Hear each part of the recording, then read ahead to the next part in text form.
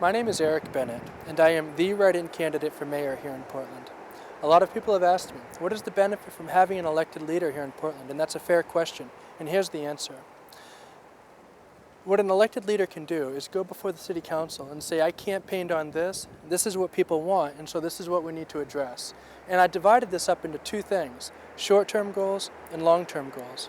The short-term goals are very simple solutions and fixes to the local issues. And what they are is right now, down on the waterfront, a lot of people that own property down there were told by the city council that they could only rent their space out to the fishing industry. But the problem with that was the federal government passed some regulations, and it caused all of the fishermen to go down to Massachusetts. And so all of the space that they were renting opened up, and no one is making any money. And so I just want to change that. So if you want to rent your space out to a flower shop or to a small clothing store or a jewelry store, you can. Because right now they can't fix their roofs, they can't pay their taxes, and it's a bad law because it's hurting people. So that's one of the things we need to do. Another thing that we need to do is we were told by the state about 10 years ago that we must fix the Maine State Pier. And in the last 10 years, the city council hasn't done anything. One of the ideas that they had was they wanted to build a hotel on top of the pier and use the money from that to fix it, but they never followed through. And it was at that time that a local businessman named Erick Bennett approached them and he said, I have a pier down the street, I'd like to build a luxury hotel on my pier, and when he went to apply for the same exact permit that the city council was going to give themselves, they wouldn't give it to him. And that's not fair or equal. Because we know Mr. Chinquette would have built this hotel, it would have created jobs from the construction, luxury hotels attract people with money to come here and shop in the old port, and it would have stimulated the local economy. It's a win-win situation all the way around. And we could have used some of the money from that project to help fix the Maine State Pier. And so that's another thing that we can do. It's very simple, and it'll be a tremendous asset to the city of Portland. Now, aside from those sorts of things, we need to work with the city council on the message that they're sending business owners. Because if you're from another state, and if you think Portland is an ideal city for you to relocate into, the first thing you're going to look at is how city government treats business owners. And when you see that they want to fine people up to $500 if they get vandalized by graffiti, you're not going to come here. And so we just need to help create an environment and a regulatory environment that is friendlier to businesses, sends a better message to businesses, says we want you to come here, we welcome you here, there's a lot of potential and opportunity for you here, and we're going to do everything we can to help you succeed. That's what we need to do. And at the same time, in the short-term goals, I'm going to work with the city council a little bit closer on the image and the message that they're sending those people that are down on their luck. Because right now, the economy is very bad. All of the food pantries in Cumberland County don't have any money. And so when people are starving, that's going to increase their chances of committing a crime, stealing, theft, assault, robbery. And so we can prevent that.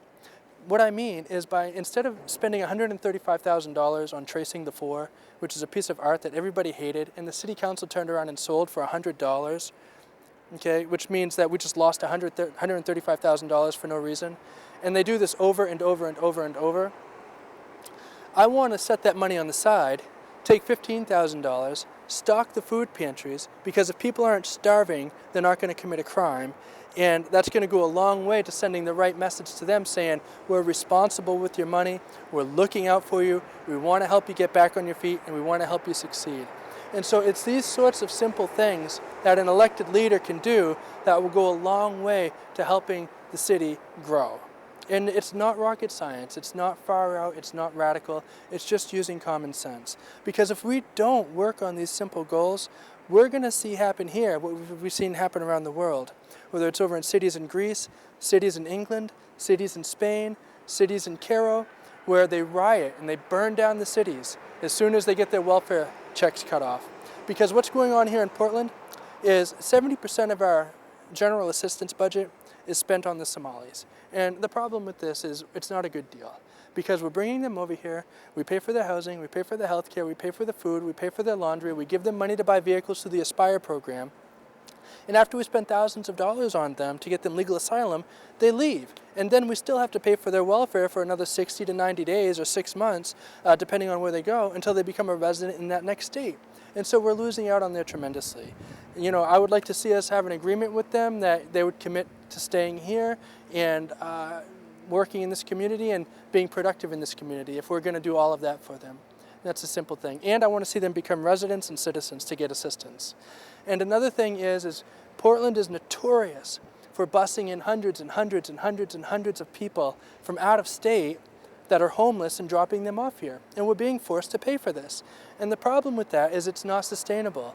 And so as soon as they exceed the budget, they max it out, we can't afford it. You know what's going to happen, because it happens all around the world. They're going to riot, they're going to smash windows, they're going to burn down things, and we can avoid all of that by simply making sure that we prioritize our spending, ask people to become residents first, and make sure that those folks that live here and work here and want to be here have the resources they need to get by, just until they get on their feet again. These are all simple things. It's just a matter of making our priorities straight and getting things in order. And so by sending the right message to the business community, we can attract businesses here. By sending the right message to those people that are having a hard time because of the economy, we can decrease crime. We can decrease a lot of problems that could happen there. And furthermore, what I'm going to do is I'm going to work very, very closely with the governor's office, because his whole thing is about creating jobs and getting Maine working again. And so I have a good relationship with the governor's office. I'm going to work with them very closely, and I'm going to make sure that Portland has a seat at the table so that anytime any businesses are looking to come here, they're going to look at us first. And we are going to attract a lot of jobs here. We're going to stimulate our local economy, and that everyone is going to benefit from that. So these are the short-term and the long-term goals that I want to do. And aside from that, I'm going to have a weekly show called Presenting Portland with Mayor Bennett. And what I'm going to do is break down every week what just happened in City Hall. I'm going to tell you what I think about it, and then I'm going to open it up for feedback on social media. And we're going to hold that up to the City Council, and I'm going to say, these people are your bosses. This is what they think about this. I think we should listen to them. Because if any of the city councilors do not want to work with me on advancing the people's goals, the short-term and the long-term goals, then in my 4-year term, a number of them are going to come up for re-election. And I will campaign very hard against them to have them replaced with people that will look out for the people's best interests. So, what I need you to do is go to my Facebook page. It's Erick Bennett, ERICK-BENNETT, Mayor for Portland, and follow along there. I break down all of these issues, I talk to people about what's going on, and I need your feedback. It's very important for me to be accessible. And I'm going to continue using this after I'm elected too, so I can stay on top of things and stay accessible to everyone. My name is Erick Bennett. I'm a write-in candidate for mayor. Go to my Facebook page and you'll see why, and I'm asking for your support. If you need me, if you want to know anything, please ask. Thank you so much.